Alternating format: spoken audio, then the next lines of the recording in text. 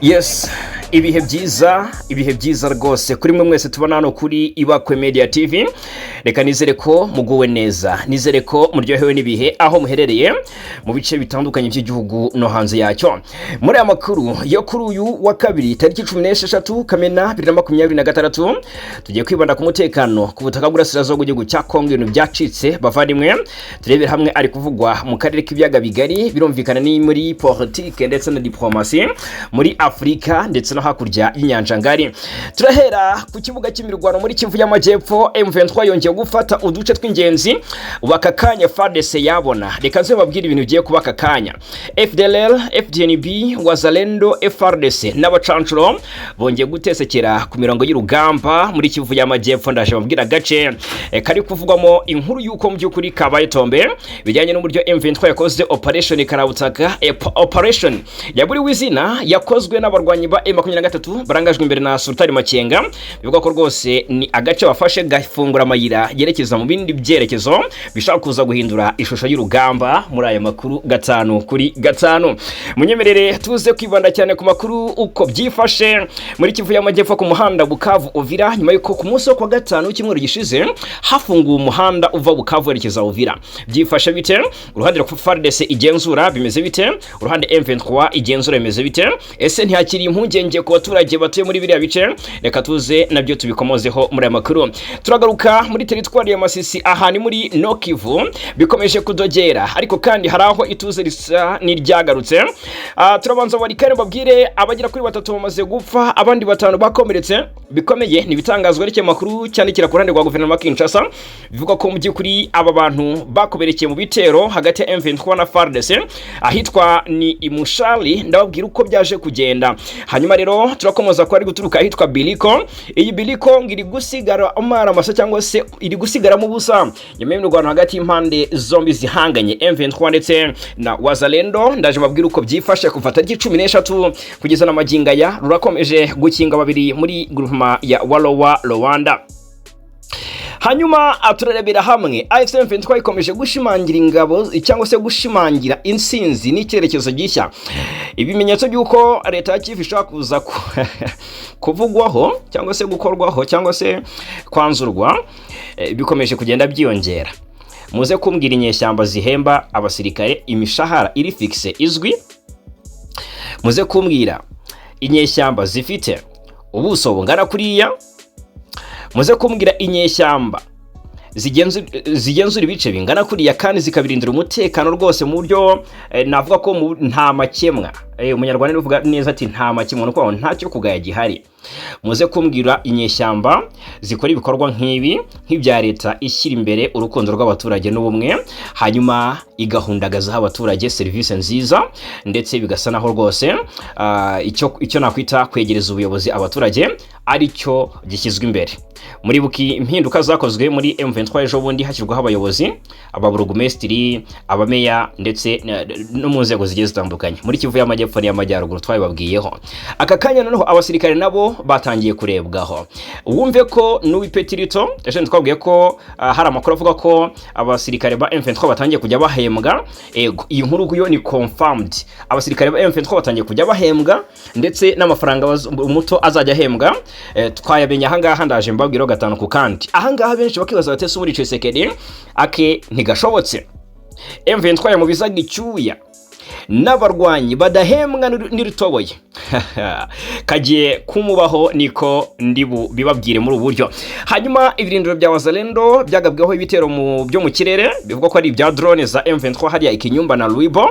Aka kanya amakuru aturukayo arakomeye cyane, ni amakuru y'agahinda cyane kuri Wazalendo na FDLR fatanyije na FARDC, bivuga ko bakozwemo mu buryo budasanzwe. Ibirometero 10 gusa ibyo byagabwagamo ibyo bitero ngo Wazalendo zatesetse. Ndababwira imibare yabaguye muri ibyo bitero M23 yabagabyeho. Hanyuma ndababwira ko mu by'ukuri bantu mwambazaga ibijyanye n'uduce tugera ku 8 ngo FARDC yambuye M23 mu marembo y'umujyi wa Rubaya. Aya makuru ntabwo rwose nari nababwiye ko makuru yatambutse, nari nababwiye ko nzakubwira ukuri guhari. ni umunyemerere rero no kuri inshuro mu by'ukuri aba ari bwo mbikora kubera ko namenye amakuru acukumbuye kuri utu duce bivuga ko FARDC yabagize gute yarambuye M23 ariko ukuri guhari niko mugiye kumva hangaha. Muri axe za Rubaya ejo muri gisirikare cya Kongo cya advancinga ku bice byo muri groupement ya Mufunyikibabi bavugaga ko ngo hari ibice ngo mu by'ukuri ngo barwanyemo ngo n'ingabo z'Ubufaransa. Hari amakuru avuga ko izo ngabo z'Ubufaransa ngo zarwanaga ku ruhande rwa AFC M23. Mutese bwana Fagika yinamura ko n'ukuri na amakuru y'ukuri nanjye nayo babwiye ntyo nabwira nti nta gihamya mfite. Ubufaransa rero bwakomoje kuri izi ngabo bivugwa ko bwari bufitiye mu burasirazuba bwa Kongo. Reka nsimbabwire gatanu ku kandi ubwo mu by'ukuri musabwe kubana natwe muri aya makuru kuva ku munota wa mbere kugera ku wa nyuma. Yes, ngayo nguko rero reka mbabwire yuko tuza kurebera hamwe biravugwa neza ko mu Rugezi naho nahitwa Ruhinamavi coalition ndetse ubwo birumvikana ni FARDC n'abafatanyabikorwa bayo bonye kugaba ibitero bihitana abaturage. Ndabibabwira gatanu ku kandi u Rwanda na Afurika y'Epfo bigiye guhurira mu biganiro byo kuzahura umubano birakorwa bitereka nze mbabwireho mfite inkuru mu buryo bwuzuye. Hanyuma mbabwire ko perezida w'u Rwanda Paul Kagame ku munsi w'ejo yari hariya muri Togo n'uruzinduko rugamije iki ndabibabwiraho gatanu kuri gatanu. Hanyuma muri Uganda M23 irarikoze birakomeye mu by'ukuri izina M23 rirarikoze mu gihugu cya Uganda. Aka kanya General Muhozi Kainerugaba Rugaba na General Gashumba ibyabo byakomeje kugenda bigarukaho cyane nyuma y'ibyatangajwe n'uyu mugenerali uri mu ishyaka rimwe na General Muhozi. Reka nze mabwira aho bigeze hanyuma ndababwira ko muri aya makuru Israeli yafatiye ingamba zikomeye abaturage barimo n'ab'u Rwanda. Mutese bigenze bite ndabibabwira gatanu kuri gatanu. Muri Amerika aka kanya haravuga inkuru yuko Amerika ngo na Irani ngo byageze ku masezerano y'amahoro nibaza imisi bitangazwa ariko Irani kabihakana ivuga ko mu by'ukuri nta kiragerwaho. Reka nze babwire mbahunze yobera mbabwire byinshi kuri aya makuru. Hanyuma birumvikana cyo musabwa no kubana natwe kuva ku munota wa mbere kugera ku wanyuma. Yukanzo hasa ni subscribe kuri Ibakwe Media TV bawiyongere mu muryango mugari w'abadahwema kubana natwe badahwema rwose kunguka byinshi kumenya birumvikana. Hanyuma ariko yukanze like tubona ko bikunda ugatanga igitekerezo ari nako usangiza abandi aya makuru. Ibi byose rero ukabikora mu gihe nawe ubwawe wumva wanogewe. Hari n'akantu gato nifuza ko nababwira buriya biba byiza abantu babaye inshuti bakaba nk'umuryango. Niyo mpamvu ubundi nyuma yo gutanga comment byaba byiza ko nimero hari nimero mwajya muhamagara byadufasha iki. Hari abantu bafite inyunganizo batanga cyangwa se icyo nakwita ibitekerezo mu buryo bwimbitse ubwo bati noneho hari byinshi zi ku nkuru zavuzwe noneho reka mu gihe kuri mpamagare mbaganirize. Muhawe ikaze rero birumvikana abatanga ubusesenguzi n'inyunganizo birumvikana muhawe ikaze mutuvugishe kuri nimero 0784832107 yego. Hanyuma birumvikana ko mwanaduhamagara kuri call ndetse mukanatwarikira kuri WhatsApp. Yes. Hanyuma rero ni munyemerere twanzike mpera muri Kivu y'Amajyepfo ku makuru mwahoze mumbaza mutese koko Sukoyi yaba yongeye guhanurwa na M23. Aya na makuru ari kuvugwa ariko nje ntarabonera gihamya. Nanjye nanyarukiye kuri X yahoze ari Twitter nyabona ntyo ariko mbura gihamya cyangwa se igihamya cy'uko aya makuru ari ukuri. Ariko nanone bijyanye n'uburyo mubimbajije murumva ko ntago ari inkuru nakize mu makuru avunagwe cyangwa se mu ngingo z'ingenzi ntago nayagarutseho nuko ari amakuru mu by'ukuri ntarabonera gihamya bijyanye no kuba mu by'ukuri ari amakuru anaremereye cyane. Ngira ngo ariko kandi mwanatangiye mureba ku mashusho hari video ya y'indege ya gisirikare bigaragara ko mu by'ukuri ni mu kirere cyo mu burasirazuba bwa Kongo mu gace bitagaragajwe neza ariko iyi ntago ari Sukoyi. Ngira ngo mwabibonye neza ntago ari Sukoyi 25 gusa hari ifoto yagaragajwe nanone igaragaza uburyo igisirikare cyako iyi ndege y'igisirikare cya Kongo ya Sukoyi 25 zimwe mu ndege kabuhariwe zaguzwe ngo zifashishwe mu guhangana na M23 by'umwihariko mu bitero byo mu kirere zaguzwe mu gihugu cy'u Burusiya. Izi Sukoyi 25 Frogfoot zakomeje kugenda ziraswa cyane na M23 kuko zaguzwa ari nyinshi hakaba hasigaye zigera kuri 2 cyangwa se n'ubu ngubu hashobora kuba hasigaye imwe I guess kuko nyinshi zaraswe muri Kivu y'Amajyaruguru ibice nka Goma bitarafatwa ibice nka Bukavu ibice nka Sake bitarafatwa. ariko ni indege mu by'ukuri yagiye irikoroza cyane. Hari n'iyarasiwe hariya ahitwa kuri Pole ya Kalundu ni muri Uvira ku ruhande rwa Lake Tanganyika, ariko bikavugwa ko yarashwe nyuma yuko yari yakomeje kugenda irasa kuri M23 muri ibyo bice. Hanyuma ariko iyi yo biragaragara ko ngo ni indege ya Sukhoi ya FARDC herutse ngo kurasa mu Minembwe, ngo mu by'ukuri ngo yaje kurohama, ntabwo hatangajwe uburyo yaje kurohama, ariko ngo iza no kurohorwa muri iki kiyaga cya Tanganyika ni hafi y'inkombe, ngo ndetse ngo yarohamuwe yarangiritse mu buryo bukomeye, ni hafi y'inkombe yahariye ku kiyaga cya Tanganyika.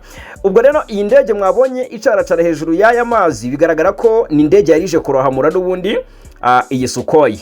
Ndi gukurikirana iby'aya makuru, ubwo ndaza ko yabageze mu makuru yacu ari imbere. Gusa icyo nababwira nuko hari indege koko bigaragara ko yakuwe mu mazi yajandamye muri hariya muri Lake Tanganyika, bisa nkaho rwose ari indege yari imaze iminsi irikoroza cyane mu by'ukuri igaba ibitero ku baturage bo mu Minembwe ndetse n'ibindi bice bitandukanye byo muri Kivu y'Amajyepfo.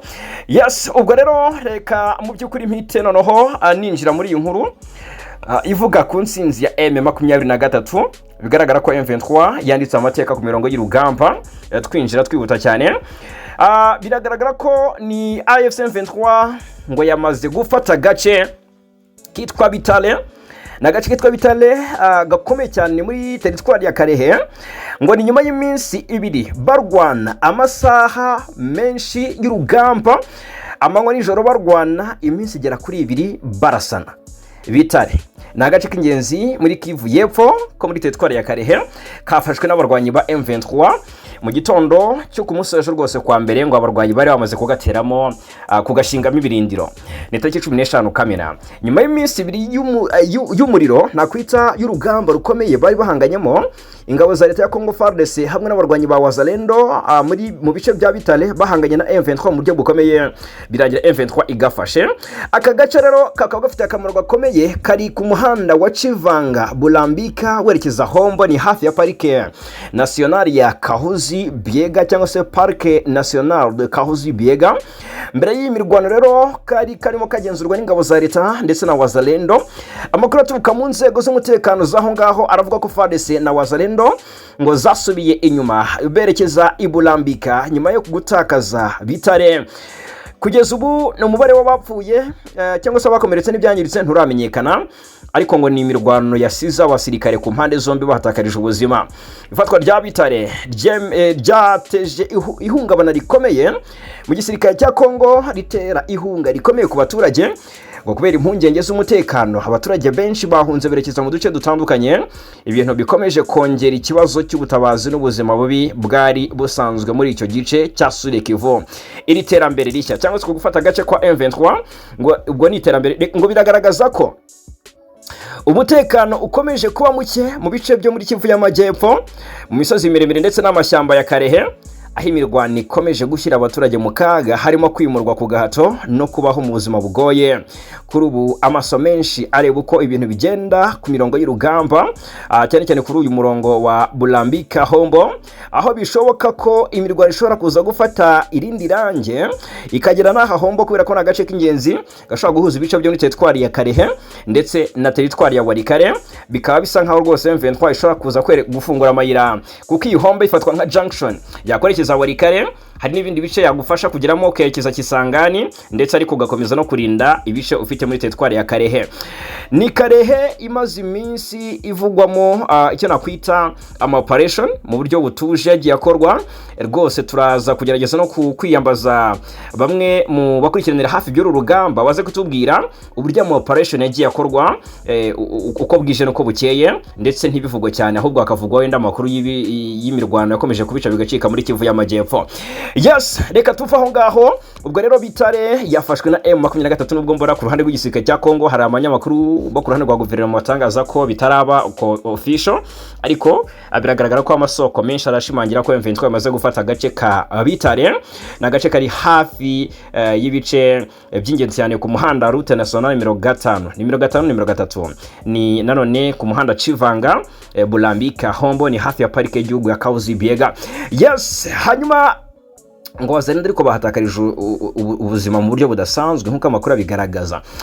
Reka tugaruke muri Kivu y'Amajyaruguru. ariko reka mpere ku nkuru itangazwa n'Ubufaransa. Hari amakuru yavugaga ko hari abasirikare b'Ubufaransa bamaze iminsi muri Kivu y'Amajyaruguru ndetse mu bice bya Rubaya. Ni amakuru yatangajwe n'abakorane rwa guverinoma Kinshasa. Aya makuru rero yaje mu by'ukuri hari ibyari byatangajwe na coalition bivugwa ko ngo mu ngabo bahanganye nazo zarindaga ko Rubaya ifatwa, ubwo bahanganaga na M23 ngo M23 yari ifite umusada.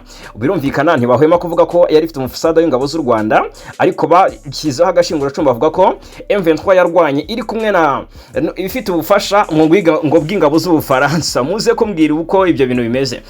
Noneho ibi wenda ntago ari byo nje ngo tugarukeho, ubwo nakanyuzemo. Ariko reka mabwire ko ambasade y'Ubufaransa muri Republika Demokarasi ya Kongo yaje hakana amakuru yavugaga ko hari abasirikare b'Abafaransa bari mu burasirazuba bwa Kongo, cyane cyane mu duce twa Rubaya, Fizi ndetse na Mikenge. Mu butumwa yashyize ku rubuga rwa X kuri wa mbere tariki 15 Kamena, ambasade y'Ubufaransa yavuze ko nta ngabo z'Abafaransa zoherejwe muri utwo duce cyangwa ahandi hose mu burasirazuba bwa Kongo, kandi kayo makuru amaze iminsi akwirakwizwa ku mbuga nkoranyambaga akaba ari ibinyoma. Ambasade yagize iti gukomeza gusakaza ayo mafoto n'izo nkuru inshuro nyinshi ntibituma zirushaho kuba ukuri cyangwa kwizerwa. Nkuko ambasade yakomeje bisobanura, umwanya Ubufaransa buhagazeho ku kibazo cya Kongo ntiwahindutse kandi waratangajwe ku buryo busobanutse. Paris ishimangira ko ishyigikiye ubusugire bwa Republika Demokarasi ya Kongo, kurinda imbibi n'ubwigenge bw'iki gihugu, nabyo irabitangaza ko mu by'ukuri ishyigikiye ko byakorwa. Gusa ngo ivanwaho ry'ingabo z'u Rwanda zivugwa ko ziri ku butaka bwa Kongo, Paris ngirashimangira ko bikwiye. Hanyuma ambasade y'Ubufaransa ikavuga ko kandi uwo mwanzuro umaze gutangazwa inshuro nyinshi n'abayobozi b'Ubufaransa ku birego bimwe bijyanye na politike y'imbere muri Republika Demokarasi ya Kongo. Ambasade y'Ubufaransa yanenze abantu bavuga ibintu ngo itavuze, isobanura ko ayo magambo atigeze aba imyanzuro cyangwa se imyifatire yemewe y'Ubufaransa. Yego, ariko Ubufaransa hari ibindi bintu bwagiye bwemera kubwo wenda buhakanye ingabo ko bufite ingabo muri Kivu y'Amajyaruguru, mu bice bya Rubaya ndetse n'ahazamikenge muri Kivu y'Amajyepfo ndetse muri teritwari ya Fizi. Ariko hari ikintu Ubufaransa bwemeye. Hari amakuru yashinje Ubufaransa ko bufite ingabo muri Kisangani ndetse ko biri gufasha mu gutegura ibitero bya drone n'indege z'intambara ku baturage bo muri Kivu y'Amajyepfo. Ubufaransa bwaje kubihakana buvuga ko izo ngabo zirahari ariko ngo ni nkeya ngo zigera ku 8. Bakavuga ko ngo ariko abasirikare ngo ntago baje kurwanya M23 cyangwa se kugufasha muri intambara mu burasirazuba bwa Kongo, ahubwo bakavuga ko Ubufaransa bwaje gutanga imyitozo n'amahugurwa ku ngabo z'igisirikare cya Kongo. Yego, byo barabyemeye, ariko ibijyanye no kuba bafite ingabo muri Rubaya byo ndabona rwose Paris yabiteye twatsi, iravuga iti uko ntabwo ari ukuri, iki ni ikinyoma cyambaye ubusa. Hanyuma rero muri Kivu y'Amajyepfo, indi nkuru nshaka kubabwiraho 5 kuri 5 ni ibitero bya karahawutaka. Ubwo mbere gato yuko tugaruka mu bice bya Rubaya, reka nse mbanze mabwire uko byifashe muri Kivu y'Amajyepfo mu tundi duce cyangwa se mu zindi axe. Ku isaha ya 12 z'igitondo n'iminota 45 murambabarira, kuva ku isaha 12 z'ijoro ryo ku cyumweru tariki 14 kugira mu masaha y'igitondo cyo ku wa mbere tariki 15, havuzwe ibitero bikomeye ngo ni ibitero by'urugomo byakozwe n'ihuriro ry'ingabo za Kinshasa byibasiye uturere dutuwe cyane twa Bidegu, Rugezi, Mikenke na Ruhinamavi. Ibyo bikorwa bya gisirikare ngo byakorewe icyarimwe, byakoreshejwemo ingabo zirwanira ku butaka, imbunda ziremereye ndetse na drone za KT-6 ndetse na kamikaze. Ibi bitero byahitanye ubuzima bw'abantu benshi ndetse bituma abaturage b'abasivile bati byabo, nk'uko byatangajwe n'umuvugizi wa AFC M23 ariwe Lawrence Kanyuka abinyujije kuri X aho ari Twitter. AFC M23 iramenyesha abaturage ko ingabo zayo zikomeje kuryamira amajanja kugira ngo zirinde abaturage kandi zirinde imitungo yabo imbere y'ibikorwa by'itsembabwoko byibasiye abene igihugu mu bwoko bw'abanyamulenge. Ubwo rero ibitero byakomeje kugabwa na coalition, byagabwe hitwa Ruhinamavi, Bidegu, Mikenke ndetse na Rugezi, byibasiye utuduce dutuwe cyane n'abaturage. Birumvikana ko ntibyabura ibyo byangije, ntibyabura abaturage byahitanye, kuko byahitanye abantu mbona ko umubare utatangajwe, ndetse abaturage b'abasivile bamwe bataye ibyabo barahunga, nk'uko byatangajwe n'umuvugizi wa AFC M23 Lawrence Kanyuka, umuvugizi mu bya politiki wa M23, anamenyesha ko abaturage rero banamenyesha ko abaturage mu by'ukuri AFC M23 ikamenyesha abaturage ko ingabo za Kongo zikomeje kuryamira amajanja kugira ngo mu by'ukuri zikomeje mu by'ukuri kubahungabanyiriza umutekano, ariko ko M23 iri maso kugira ngo ibarindire umutekano. Muri Nord Kivu ubwo ndi kugenda updatinga muri Nord Kivu, reka tugarukeyo gato. Hari ibice byavuzwe bigera ku 10 hanga igisirikare cya Kongo cyaba cyarambuye M23, ariko reka mbabwire ukuri guhari kubera ko ikinyoma hangaha cyo tugikubitira ahareba inzega. Hari havuzwe uduce tugera ni ku 18 uduce rwose bivuga ko igisirikare cya Kongo cyari cyaragize gute cyambuye M23. Agace kitwa Kibabi kari mu teritwari ya Masisi muri Nord Kivu, aka kanya karacyagenzurwa na M23. Ndabona n'ibinyamakuru byo kurande rwa guverinoma Kinshasa byongeye byaje bibishimangira. Urumva nabo baravuguruzanya kuko ejo narabwiye ko bigamba ko Kibabi bayifashe, Kibabi kaba nk'amarembo yinjira Rubaya, ariko na bamwe mu banyamakuru bo kurande rwa guverinoma Kinshasa barashimangira ko aka gace kakigenzurwa na M23 nubwo barenzaho ngo n'ingabo z'u Rwanda.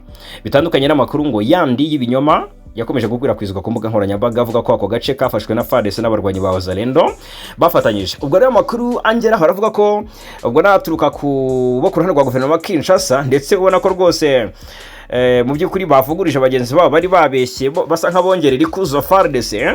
Umudugudu witwa Bitare wo bashimangiye ko wafashwe muri Karehe nk'uko nabibabwiye, ariko agace ka Kibabi ko karafitwe rwose na M23. Byari byavuzwe ko Kibabi yafashwe na FARDC n'abafatanyije ngo ni imwe mu nkuru cyangwa se imwe mu nsinzi zikomeye zaranze icyumweru gishize ku ruhande rwa FARDC, ariko ntabwo ari byo ko bari bavuze ko M23 atakaje ako gace. N'utundi tugera ku 8 muri Mufunyi, Kibabi muri teritwari ya Masisi ni muri Nord Kivu, ariko rwose amakuru bimwe mu nyamakuru byo kurana rwa guverinoma Kinshasa byaje binyomoza ibyo bigenzi byabyo bivuga ko tudushe tukigenzurwa na M23. Muri ibyo bice rero bari bavuze ko byafashwe na FARDC harimo Katoyi Centre, Kinigi, Nyakigano, Kawere, Cugi, Muho, Bakumbirire ndetse na Gasenyi. Ariko aya n'amakuru rwose adafite ukuri guhamye. Muri Kivu y'Amajyepfo murabizi ko umuhanda route nationale nimero 5 route nationale nimero 5 uva Bukavu werekeza Uvira ejo ndi ku munsi wa 5 tariki 12 wari wafunguwe. Ni umuhanda uhuza umujyi wa Bukavu na Uvira, ariko impungenge zikaba zimwe. Hari abaturage bari mu duce M23 igenzura va Bukavu ifitwe na M23 urinde ugerenda Katogota, aho ni M23 ihafite. Reka mbabwire ndi bice M23 igenzura kuri umuhanda. M23 ifite umuhanda kuva Bukavu unyura za Nyantende na za Nyangezi, Ngomo, Kamanyola ndetse na Gatogota. Aha M23 ni hagenzura. FARDC ikagenzura agace ka Luvungi kuva Luvungi werekeza mu mujyi wa Uvira uciye mu bice bya Sanje, Ruberizi, Mutarure, Bwegera ndetse na za Kabunambo. Ahangaha abenshi nyuma yo kumva ko uyu muhanda wafunguwe bibaje batese wava Bukavu kerekeza Uvira. Murabizi Uvira itarafatwa uburyo habayeho gufunga imihanda, hakabaho cut off rwose bitegetswe n'ingabo z'u Burundi. Operation zo kuyifungura mwamenye ko ruzagenze zaguyemo abatari bake ku ruhande rwa coalition, ariko abantu kibaza batese umuntu yavi Bukavu erekeza Uvira biragoye muti gute, kubera ko byibuze umuntu uvuye mu bice bigenzurwa cyangwa se mu matware ya M23. Murabizi ukuntu bagiye bafatwa na coalition bavuga ko ari intasi za M23. Gusa makuru nuko mbona wenda byatangajwe ko ari imyanzuro yakozwe nabo kurande rwa guverinoma Kinshasa. Ubwo ngo hari imodoka zimwe na zimwe zatangiye kugenda ziva mu bice bya Luvungi aharagenzurwa na coalition ngo zerekeza mu mujyi wa Uvira, ariko muze kumbwira zirerekeza ni Bukavu. Abari rwose nahoze nshaka kuvugisha umuntu ariko ntibyampiriye. Ese umuntu yavuye Bukavu akagera akarenga Gatogota hanyuma akinjira muri za Luvungi avuye mu matware ya M23 akagera mu matware ya FARDC agatambuka amahoro nta kabuza? Hanga ndavuga nti biracyagoranye cyane. Gusa nuko nguko bimeze nkuko biri gutangazwa. Hanyuma yitwa reka ngaruke muri Nord Kivu gato muri teritwari ya Walikale naho mbabwire amakuru ari guturukayo. Muri teritwari ya Walikale ni muri Kivu y'Amajyaruguru haravugwa amakuru akomeye cyane. Reka mperi Masisi gato. Nyuma yuko hagabwe ibitero ku birindiro bya Wazalendo ahitwa Kinyumba na Lwibo muri teritwari ya Walikale. Ibirindiro bya Wazalendo biherereye muri tuduce twa Kinyumba na Lwibo nko mu birometero 10 mu majyaruguru ya Nyabyondo muri teritwari ya Masisi muri groupement ya Oso Banyungu. Byagabweho ibitero byo mu kirere ku munsi wo kwa gatandatu. Twabigarutseho ngo drone za M23 zagabye ibitero muri ibyo birindiro ndetse zirarikoroza ku buryo rwose FARDC na Wazalendo basigaye basa n'abarira yo kwarika. Ariko ngo ibitero byaje nyuma y'iminsi mike cyatangajwe ibindi byari byagabwe nabyo hejuru mu kirere byagabwe ahitwa Buhimba ndetse n'ahitwa Munda muri teritwari ituranye cyane na Walikale ya Masisi. Nkuko abaturage bo babyitangariza ngo drone zivugwa ko ari za AFC M23 nizo zibaza iminsi ziga ibitero ku irindiro bya coalition. Ibyatumye hakomeza kumvikana urusaku rukomeye rw'iturika ry'intwaro nini ndetse n'into byageze no midugudu itandukanye ikikije ako gace ka Kinyumba. Noneho bikavugwa neza ko abaturage bakavuga ko batangazwa n'ubukana bw'iturika by'ibyo bisasu byateye ubwoba n'akajagari muri utwo duce. Ubwo ngo nyuma y'ibi bitera ariko umuhanda Nyabyondo Mutongo Pinga wahise ufungwa by'agateganyo kubera impamvu z'umutekano. Abayobozi b'inzego z'ibanze n'abaturage bakomeje kugenda mu by'ukuri batangaza ko batewe ubwoba n'ibi bitero. Aho bikomereye rero naho byabagoreye n'uburyo byabaga ariko ugasanga ntago habayeho wenda kuvuga ngo ahangaha Kinyumba kuko Kinyumba irimo Wazalendo na FARDC ntago byarangiye M23 yigaruriye utwo duce, ahubwo ni ibitero cyangwa se vangiye Wazalendo na FARDC ni coalition birangira mu by'ukuri basa nk'ababaye devier, basa na mu by'ukuri nkaho imigambi bacuraga ibapfubanye ariko ntihabayeho kubimura mu birindiro. Abaturage bati rero dufite impungenge z'uko umutekano uza kuzamba imirwano ikaza gukomera kuko niba FARDC itangiye kugabwaho ibitero mu birindiro byayo ahantu nk'aha M23 ikabigaba yihanukiriye ntifata agace bisobanuye ko intambara ishobora kuza gukomera. Ubwo rero ariko aka kanya aravuga ituze kuko ku masaha y'umugoroba ku munsi w'ejo ngo ituze ryari ryagarutse, ariko ubwo ni bwose ko bishobora kuza kongera gufata indi ntera cyangwa se hakabaho indi ntambara ikomeye.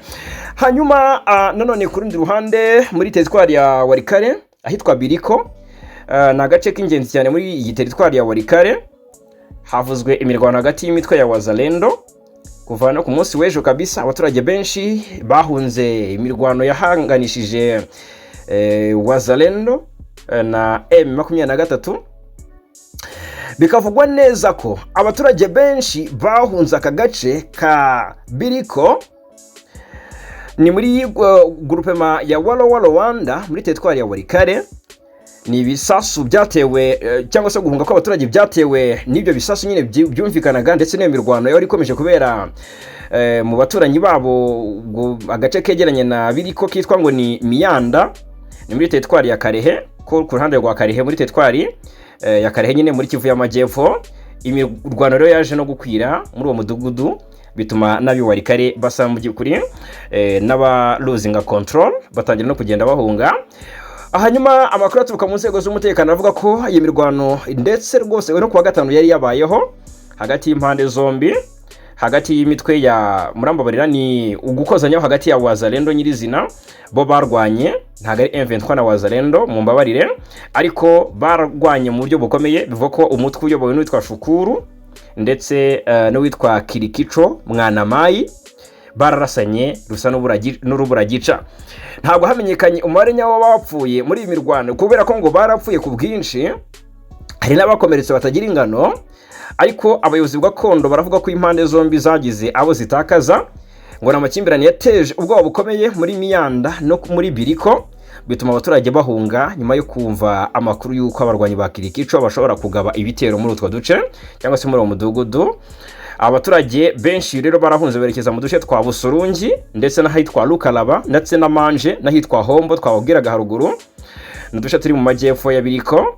Abaturage rero ngo bahunze mu buryo bwihuse cyane bajyanye ibitungo yabo, birumvikana ibyo babasha kuryamira, birumvikana ko hangaha situation ikigoranye cyane. Hanyuma Walikale kandi abantu 3 bapfuye abandi 5 barakomereka nyuma y'ibitero mu by'ukuri bivuga ko byagabwe ngo na AFC M23 ni ibitangazwa n'abo ku ruhande rwa guverinoma ya Kinshasa ngo abasivili 3 nibo bahasize ubuzima naho abandi 5 barakomereka bikomeye mu gitero cy'ibisasu cyagabwe n'abarwanyi ba M23 mudugudu wa Mushali uherereye muri Nuberike muri teritwari ya Warikare ariko namakuru ataratangirwa gihamya ari gutangazwa n'abo ku ruhande rwa guverinoma Kinshasa bivuga ko bagaragaza ko hari ingaruka ibitero M23 igaba kuri coalition zigira ku baturage yego nk'abagaragaza ko M23 n'ubundi ari umutwe ukora ibikorwa mu by'ukuri bisiga abaturage mu by'ukuri batakaje ubuzima cyangwa se baguwe nabi. Yes, hanyuma reka tugaruke gato no mu yandi makuru muze kunyemerera rwose buri nkuru yose tuze kuyinjiramo kubera ko icyo mba nshaka ngano ukubasiga munyuzwe cyane cyangwa se munogewe niko navuga. Twinjire muri politiki, twinjire mu makuru ari kuvugwa muri politiki ndetse na diplomasi mpuzamahanga.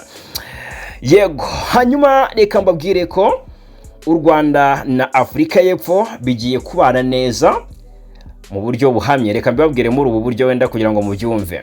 Byabaye ngombwa ko Minisiteri y'Ububanyi n'Amahanga ya Afurika y'Epfo yatangaje ko Minisitiri Ronald Lamola agiye kwakira mugenzi we w'u Rwanda Ambasaderi Olivier Nduhungirehe mu biganiro bigamije kuzamura umubano w'ibihugu byombi.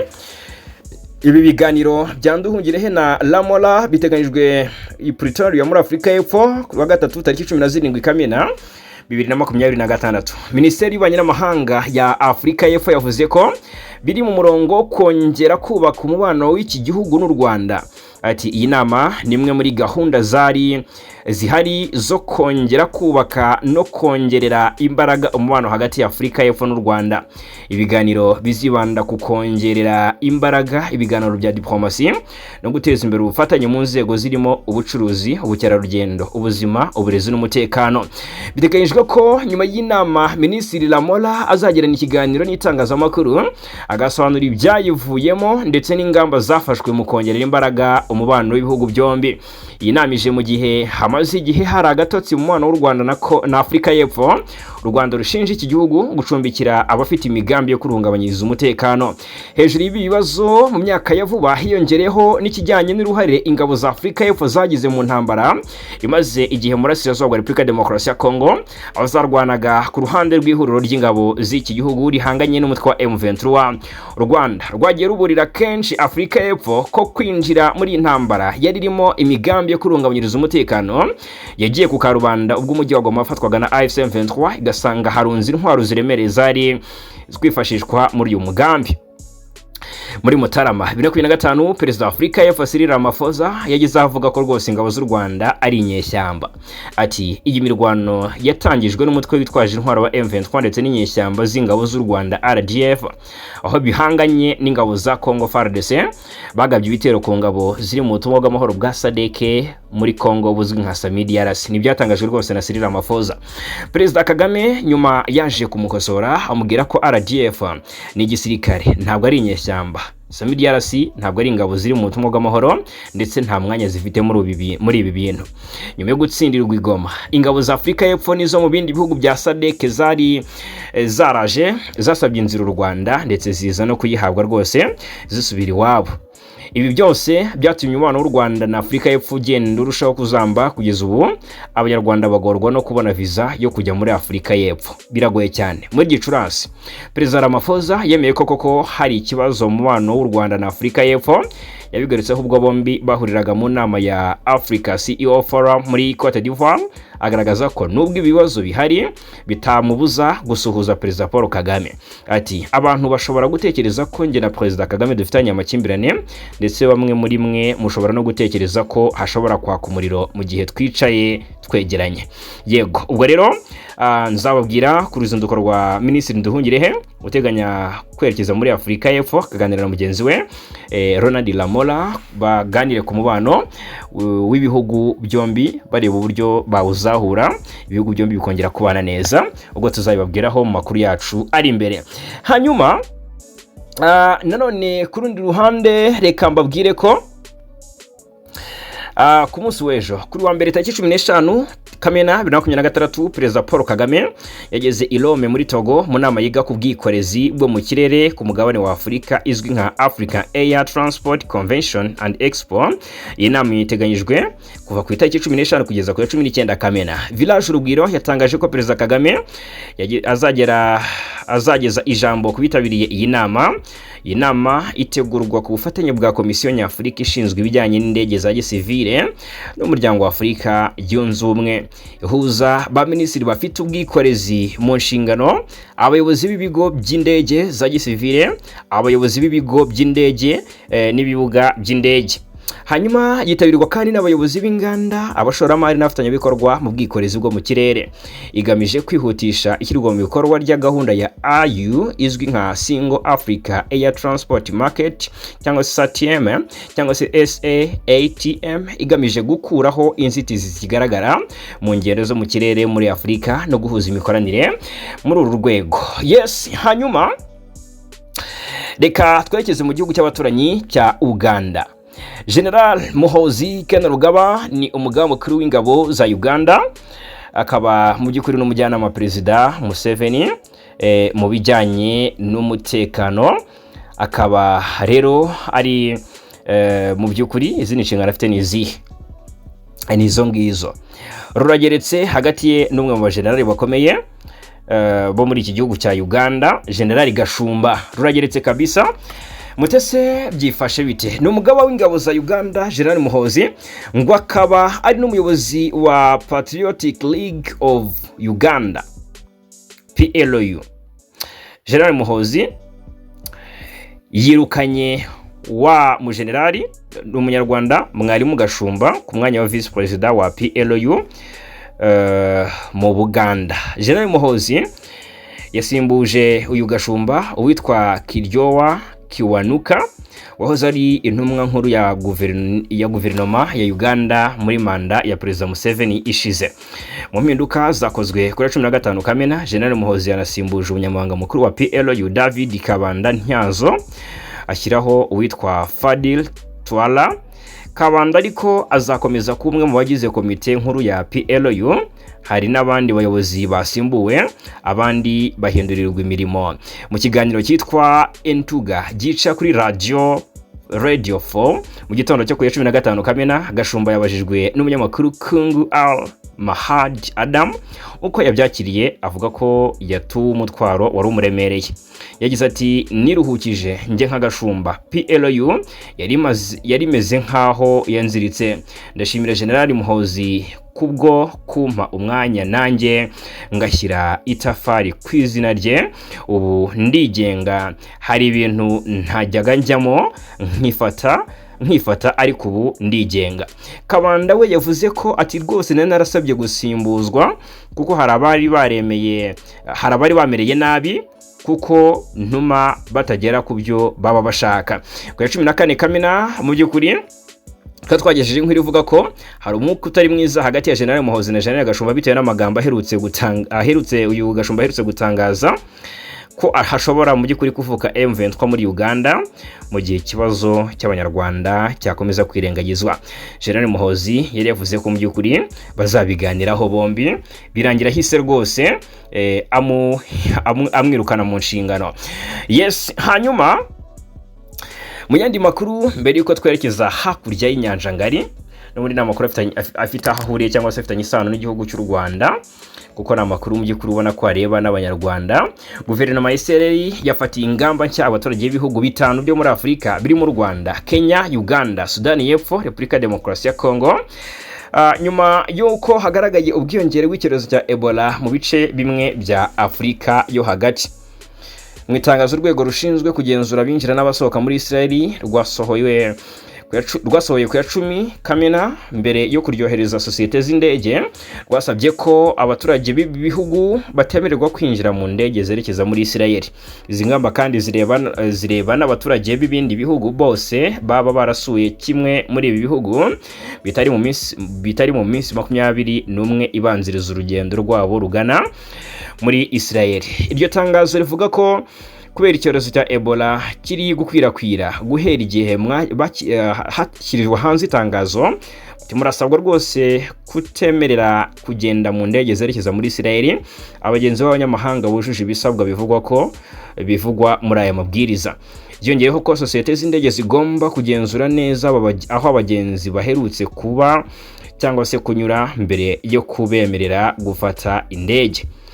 Yes, ubwo rero bikomotse ku cyorezo cya Ebola kimaze kwica benshi mu burasirazuba bwa Kongo, kimaze kwandurwa na benshi muri kiriya gihugu ndetse no mu gihugu cya Uganda. U Rwanda rwafashe ingamba zo kukirinda mu rwego rwo kugikumira, rufunga imipaka. Yego, hakurya y'inyanja ngari Minisitiri w'intebe wa Pakistan yitwa Shehbaz Sharif yatangaje ko Leta Zunze Ubumwe za Amerika na Iran byageze ku masezerano y'amahoro ashobora guhagarika intambara yo kugabanya amakimbirane yaramaze igihe ahanganishije akarere k'uburasirazuba bwo hagati cyangwa se ahangayikishije akarere k'uburasirazuba bwo hagati. Mu butumwa yashyize ku rubuga rwa X, Sharif yavuze ko ibiganiro byahuje impande zombi byatanze umusaruro mwiza, ashimangira ko ayo masezerano ashobora kuba intambwe ikomeye iganisha ku mahoro arambye. Ati, nyuma y'ibiganiro bikakaye twishimiye gutangaza ko amasezerano y'amahoro yagezweho hagati ya Amerika na Iran. Minisitiri w'intebe wa Pakistan yunzemo ko impande zombi zatangaje ihagarikwa ryihuse kandi rya burundu ry'ibikorwa bya gisirikare ku mirongo yose y'urugamba harimo no muri Liban. Pakistan yagize uruhare mu buhuza hagati ya Washington na Tehran. Biteganyijwe ko umuhango wo gushyira umukono kuri amasezerano uzabera mu Busuwisi ku itariki 19 Kamena uyu mwaka. Amakuru atangajwe n'inzego zitandukanye hagaragaza ko amasezerano arimo guhagarika ibikorwa bya gisirikare, koroshya urujya n'uruza rw'ubucuruzi mu muhora wa Hormuz ndetse no gukomeza ibiganiro ku bibazo birebana na gahunda ya Iran ya nucleaire. Perezida wa Amerika Donald Trump we nawe yatangaje ko habonetse ubwumvikane hagati y'impande zombi, avuga ko ayo masezerano ashobora gutuma akarere k'uburasirazuba bwo hagati kongera kubona ituze nyuma y'igihe kirekire karangwa n'umwuka mubi wa politiki n'umutekano. Icyakora bamwe mu bayobozi ba Iran bagaragaje ko hakiri ingingo zimwe zikeneye kunozwa mbere y'uko amasezerano ya nyuma ashyirwaho umukono. Tehran ivuga ko icyemezo cya nyuma kizafatwa nyuma yo gusuzuma neza ibikubiye muri ayo masezerano.